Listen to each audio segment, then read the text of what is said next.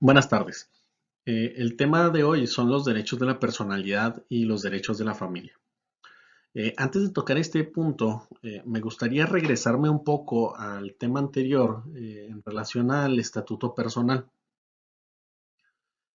Recordemos que cuando hablábamos del estatuto personal, habíamos visto que que se comprende por los derechos de la personalidad, incluidos los derechos de la familia. También establecimos que como un concepto, el estatuto personal comprende hechos y actos que tienen consecuencias jurídicas y estos afectan directa e inmediatamente la personalidad del individuo.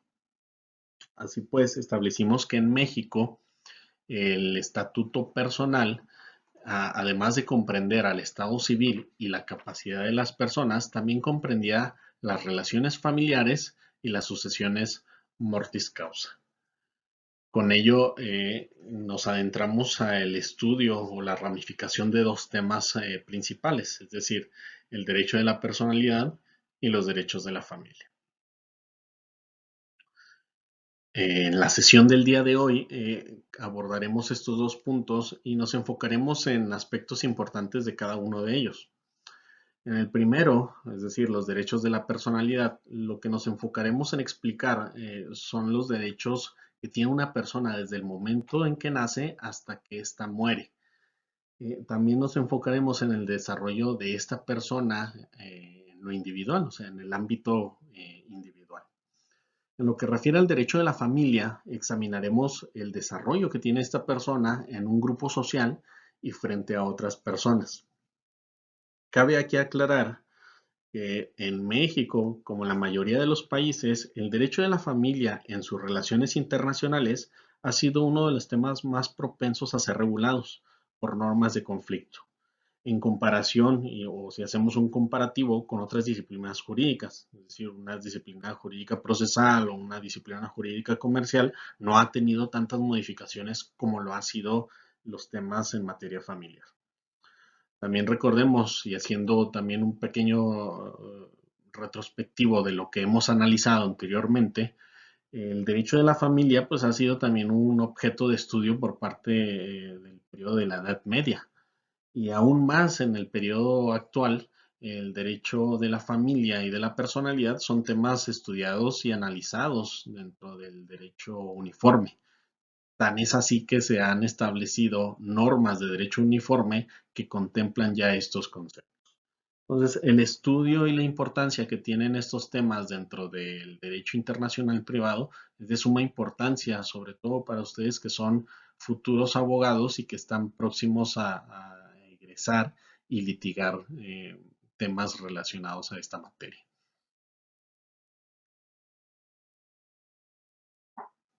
Hay un tema que debemos de ir disolviendo o aclarando y es que es una pregunta que de alguna manera vamos a ir respondiendo. ¿Existe en el ordenamiento jurídico mexicano un derecho de la personalidad y un derecho de la familia? Este tema resulta de interés y es necesario aclarar eh, por una razón muy importante. Cuando establecemos el derecho de personalidad y el derecho de la familia, debemos de recordar cómo está organizado nuestro país. Recordemos que México, en su sistema organizacional, es un sistema federal. Y al ser un sistema federal, entendemos que cada entidad federativa conserva sus facultades para legislar en materia civil, salvo y obviando, naturalmente, lo que compete a los órganos estrictamente federales. Y lo mismo va a ocurrir con el ámbito jurisdiccional. Es decir,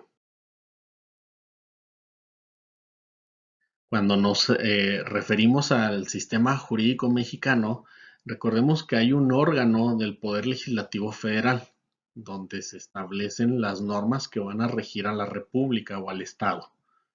Pero también es importante hacer otra. En ese sistema jurídico mexicano, también podemos encontrar normas de carácter local o consideradas estatales y multiplicadas por 30, es decir, tenemos 32 entidades de la República que también legislan y también establecen una jurisdicción y una competencia sobre determinadas materias.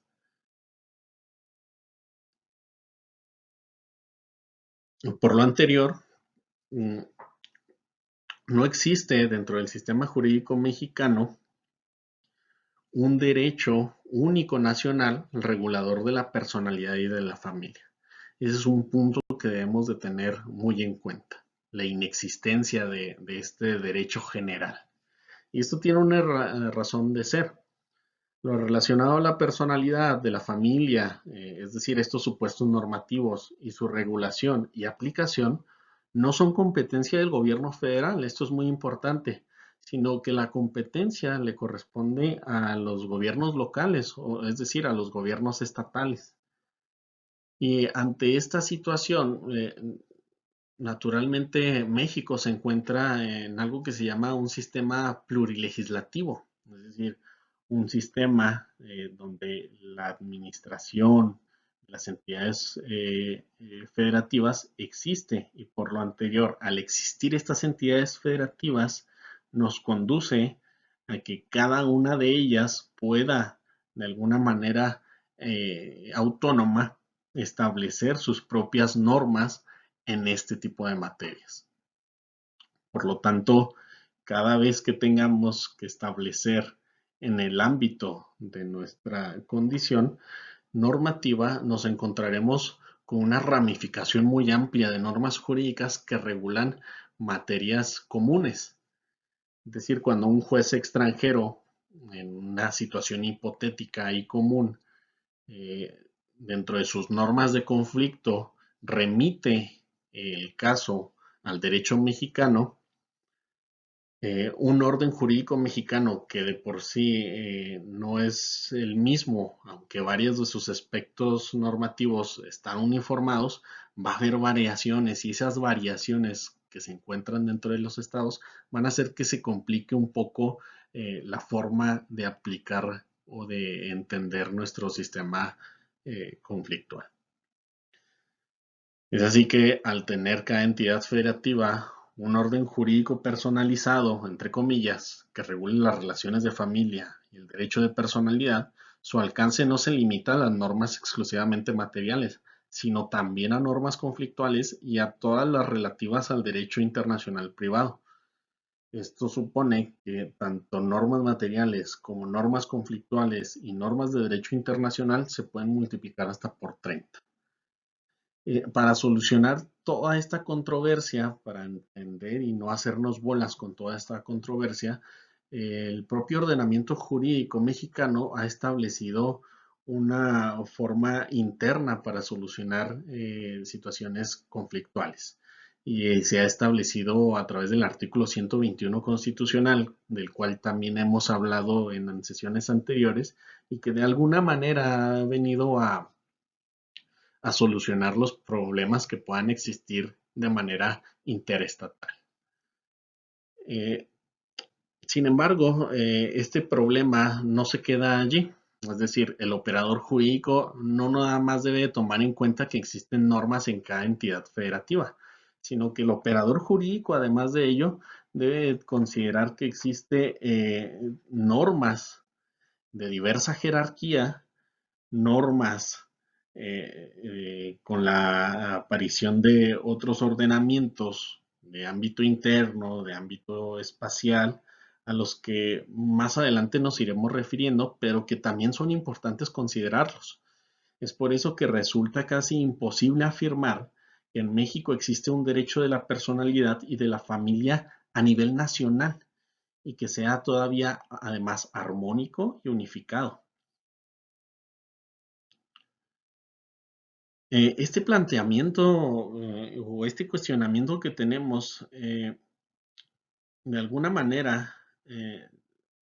se ha hecho ver o se ha afirmado que de alguna manera es incorrecto el hablar de, pues, el sistema jurídico mexicano o el sistema mexicano de conflicto en el ámbito internacional y de familia, pues ha tenido ciertas regulaciones, pero obviamente estas regulaciones han sido a través de derecho uniforme. Por lo tanto, el operador jurídico, ya sea el operador jurídico interno o el operador jurídico extranjero, pues debe de tener cuidado en este punto, ya que, como lo he mencionado, pues no nada más se debe de atender a esta multiplicidad de entidades federativas y multiplicidad de normas que puedan existir por cada entidad federativa, sino que además debe de tener en cuenta la existencia de este sistema plurilegislativo mexicano y de alguna manera internamente todavía tiene que entender la diversificación jerárquica que hay dentro de estas normas, las limitaciones que tiene en el plano temporal y en el ámbito territorial, y especialmente tener en cuenta normas o estatutos que regulan relaciones entre grupos minoritarios, como serían las normas interétnicas, es decir, normas que van específicamente destinadas a estos grupos indígenas o personas de alguna minoría que también tienen regulaciones que los protegen. Entonces, ante esta gama de posibilidades, ante esta ramificación tan grande que tiene nuestro sistema mexicano a través de este sistema plurilegislativo, pues surge también la importancia de entender la competencia que tienen las autoridades mexicanas para conocer y celebrar este tipo de actos. Es por ello que como un subtema debemos de analizar esa competencia de esas autoridades mexicanas para conocer, celebrar, construir actos del Estado civil y de derecho de la personalidad, específicamente de la personalidad, con vínculos propiamente internacionales. Para conocer cuál es el órgano competente en el que se debe celebrar o autorizar este tipo de actos del Estado civil, debemos de entender el concepto de la competencia interna. Es decir, hay una regla general que debemos de seguir. Y esta regla general se encuentra en la Constitución Política de los Estados Unidos Mexicanos. De alguna manera, la Constitución no le atribuye la facultad de conocimiento a los tribunales federales o nacionales, por lo que son las autoridades locales a quienes les compete el conocimiento de cualquier asunto que se refiere a la personalidad y al estado civil de la persona. Eso es un tema importantísimo que debemos de tener en cuenta y que debemos de establecer como regla general. Es decir, cada uno de los estados de la entidad federativa va a ser el encargado de regular todas las cuestiones relativas a la personalidad y el estado civil de las personas sin que importe si ésta sea mexicana o extranjera, pues deberán de establecer los mecanismos adecuados para vincular las normas de carácter extranjero o normas de conflicto a nuestro sistema jurídico. Sin embargo, como más adelante iremos explicando, en los casos del matrimonio, del divorcio y nulidad del matrimonio, pues no se ha seguido de forma uniforme la aplicación de esta regla. Y es que la ley federal secundaria que se estableció en 1971, que fue la ley de la nacionalidad, fue una disposición de alguna manera intrusiva para esta regla general, porque para que los extranjeros pudieran efectuar alguno de estos actos mencionados, es decir, el matrimonio, el divorcio y la nulidad del matrimonio, México les pedía a través de esta ley de la nacionalidad tener una autorización especial, una autorización establecida por el gobierno federal, así como acreditar su estancia legal en el país, y que cabe aclarar que estos dos puntos, y que más adelante discutiremos, se obtienen de leyes federales, lo cual de alguna manera va en contra de lo que ya establece la propia Constitución política de los Estados Unidos mexicanos, es decir, que son los estados los únicos que deberán de regular este tipo de relaciones. Ante esta situación tan contradictoria, debemos entonces de analizar cómo es que de una manera u otra, los estados tuvieron que hacer frente a este tipo de disposiciones que propiamente, al ser de alguna manera chocante con sus propios instrumentos, no se hizo nada, no se estableció una estructura distinta a lo ya establecido. Y que además de esto, pues no obstante, pues hubo algunos estados de la República que incluso tomaron de alguna manera estas disposiciones y las agregaron a sus propios ordenamientos jurídicos. Es decir, todavía se volvieron más estrictos, más restrictivos para la aplicación de estos actos jurídicos de personalidad y de situación familiar.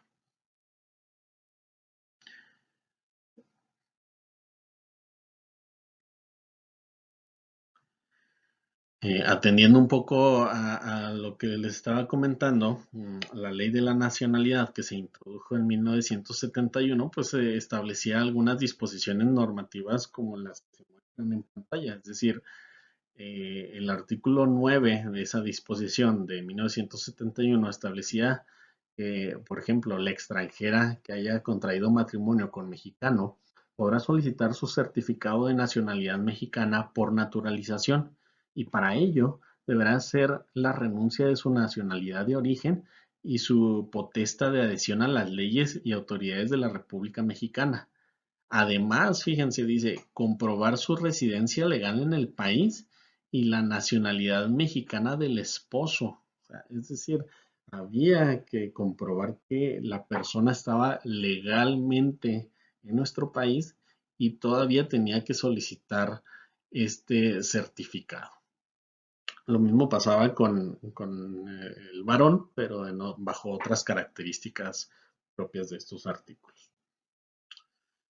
De alguna manera, les comento, entonces esto conllevó a que entidades de la República pues adoptaran estas solicitudes. Tal es el caso del Código Civil del Estado de Campeche, que en algunas situaciones, como es el caso del artículo 426, diagonal 7, dice, cuando ciudadano de otro país con residencia permanente en territorio nacional pretenda realizar una adopción, la misma se regirá por las disposiciones de este código y además de satisfacer los requisitos que previenen en los capítulos que anteceden, según se trate de una adopción simple o plena, fíjense, deberá de acreditar su legal estancia o residencia en el territorio nacional. Esta exigencia, recordemos que es una exigencia que parte del ámbito federal, que no es ni siquiera una regulación propia de las cuestiones del estado civil de las personas, es decir, son regulaciones que de alguna manera chocan unas con las otras. Y esto es uno de los temas que debemos de estar discutiendo y que analizaremos poco a poco. También otra cosa importante que también otros códigos adoptaron, pues fue, por ejemplo, el Código Civil del Estado de Querétaro. En su disposición 72 decía, tratándose de la celebración de los actos del Estado Civil en que intervengan extranjeros, deberá de exigirse, y esto es norma vigente, que el extranjero acredite su legal estancia en el país y dos, tratándose de matrimonio o divorcio entre un nacional y un extranjero y entre extranjeros, deberá exhibirse el permiso expedido por la Secretaría de Gobernación en que se autorice la celebración del acto. Ya, muy claramente está establecido que las disposiciones que se regularon en 1971 bajo la Ley de la Nacionalidad siguen vigentes en algunos de los estados de la República y al estar vigentes es lo que provoca que haya choques normativos eh, entre estos ordenamientos jurídicos. La contradicción con estas disposiciones es que además ninguna ley federal se refiere a la acreditación legal de las personas o la estancia legal de las mismas para celebrar este tipo de actos jurídicos. Es decir, no está dentro de la norma federal estas disposiciones y sin embargo, de alguna manera, los estados las han implementado y han establecido estos candados que de alguna manera entorpecen el engranaje jurídico que tenemos hoy en día.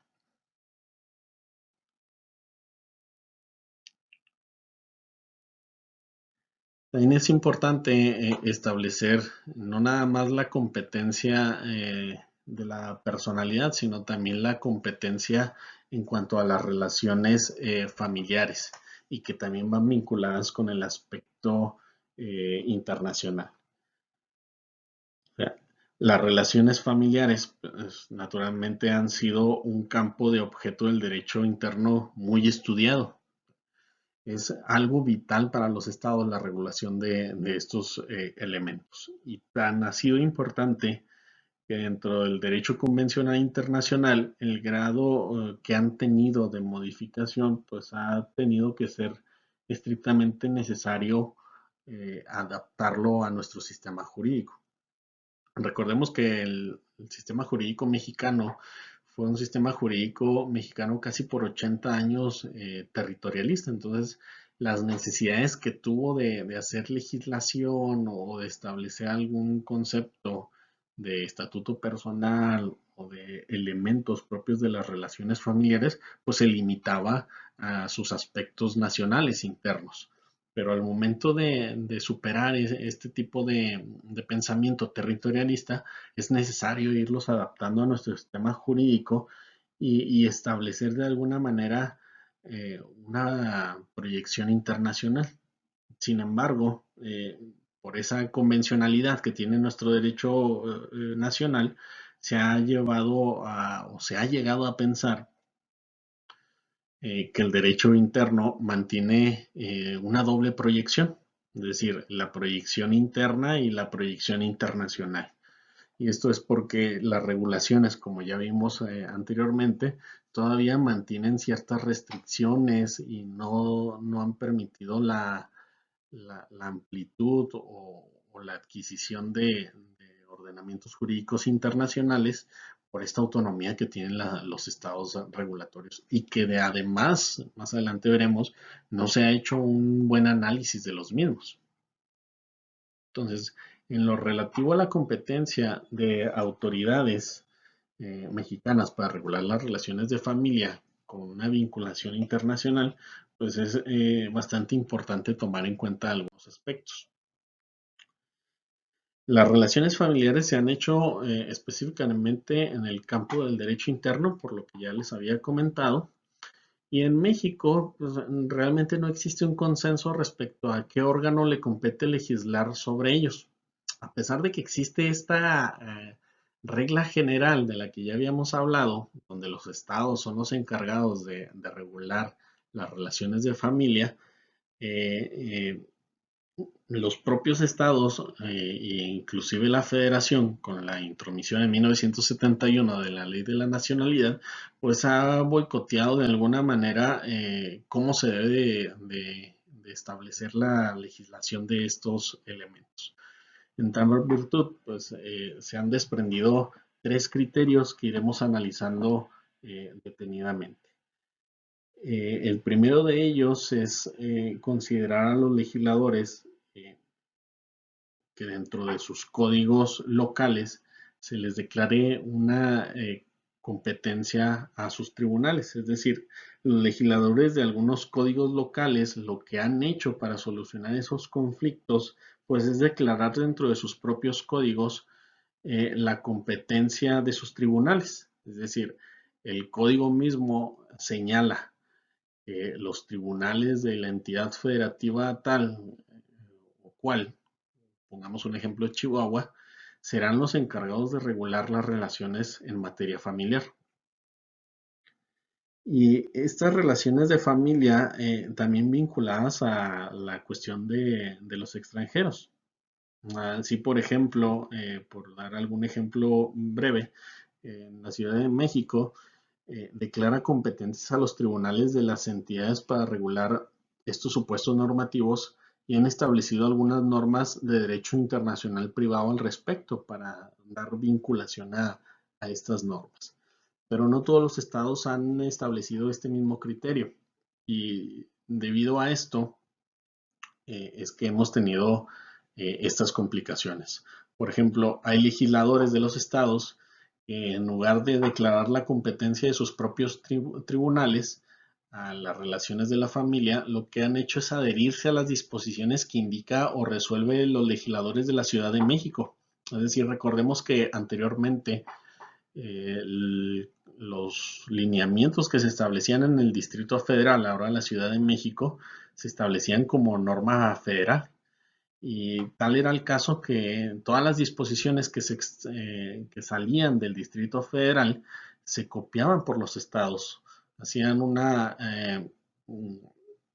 adhesión o una adecuación para que no hubiera controversia al momento de interpretar norma jurídica.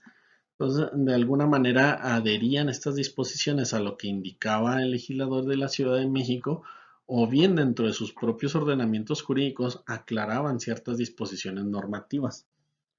Es decir, había, y pondremos unos ejemplos en lo relativo al matrimonio, como es el caso del Código Civil del Estado de Durango. Por ejemplo, el Código de Durango en su artículo 156 establece los efectos jurídicos de los matrimonios celebrados en el extranjero por mexicanos que lleguen al Estado se regirán por lo dispuesto en el artículo 13 y 161 del Código Civil para el distrito y territorios federales. Es decir, esto que les comento ahorita es código vigente del estado de Durango, que en lugar de brindar la competencia a sus tribunales locales o estatales, lo que hacen en estos casos es adherirse a las disposiciones del Distrito Federal, que ahora es la Ciudad de México, y a los territorios federales. Esto como una manera de lavarse las manos y evitarse controversias al respecto.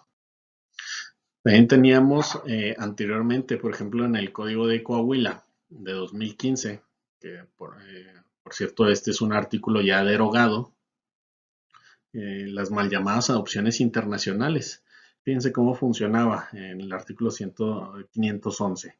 La adopción internacional es la promovida por ciudadanos de otro país con residencia habitual fuera del territorio nacional y que tienen como objeto incorporar en una familia a un menor de nacionalidad mexicana que no pueda encontrar familia en su propio país de origen.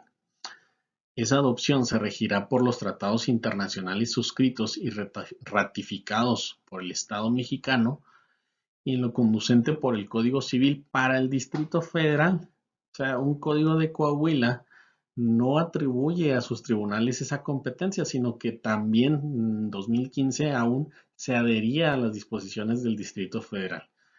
Es decir, no había realmente una autonomía en materia de derecho de familia que los propios estados pudieran de alguna manera establecer.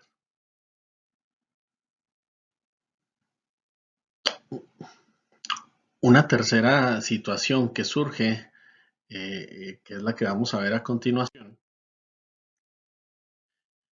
y es que precisamente en esto de la competencia de las relaciones de familia, el legislador o otra opción que ha tomado es legislar, pero parcialmente la competencia de sus estados y declarar la competencia en otros al legislador federal. Por ejemplo, tenemos casos como el Código de Chihuahua, que en su artículo 51, en su último párrafo, establece que los actos del registro civil en los que intervengan extranjeros se sujetarán a las disposiciones de las leyes federales correspondientes. Es decir, de alguna manera, todo lo que intervengan los extranjeros, el legislador de Chihuahua se lava las manos y dice, esta situación no la resolveré bajo mis normas de interpretación, sino que daré disposición a lo que establezca una norma federal. De ahí en más, pues resulta de cierta manera interesante cómo es que los estados han legislado en materia de personalidad y de familia distintos aspectos normativos. Y esto es lo que ha impedido que haya una cuestión uniforme o general de lo que es el ordenamiento jurídico en relación al derecho de la familia y derecho de la personalidad.